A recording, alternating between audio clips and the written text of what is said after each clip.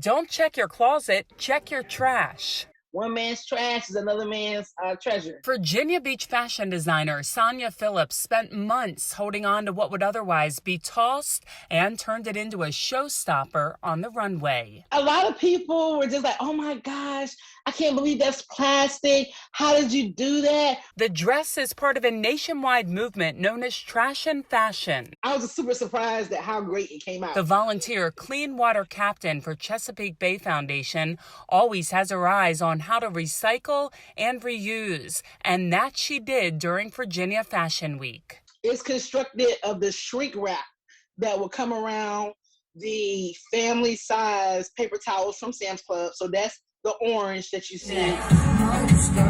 Local model Queen Aisha worked the runway in a halter top, mini skirt, outer dress, and collar piece that's cardboard and covered in water bottle and Save the Bay labels. The feathers part of it are plastic bottles that I hand cut and hand painted. So they look like feathers, but those are actually plastic bottles that I glued on. Her fantastic plastic project for CBF is a statement to stop plastic pollution.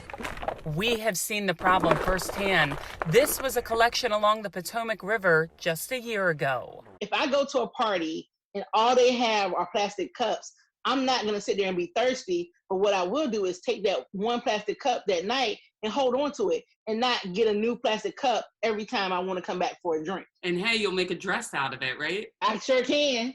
And probably some matching earrings too.